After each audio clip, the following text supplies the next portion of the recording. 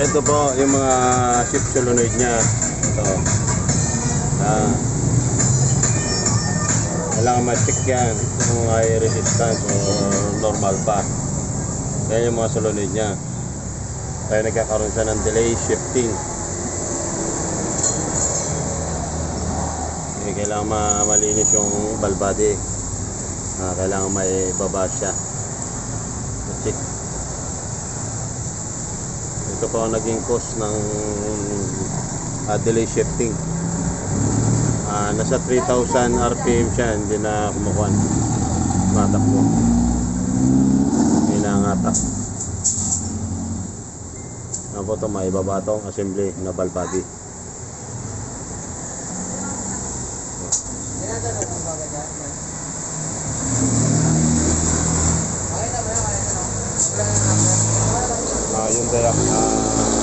Yung diaxin ko po, gasoline. Ang naging cost niya.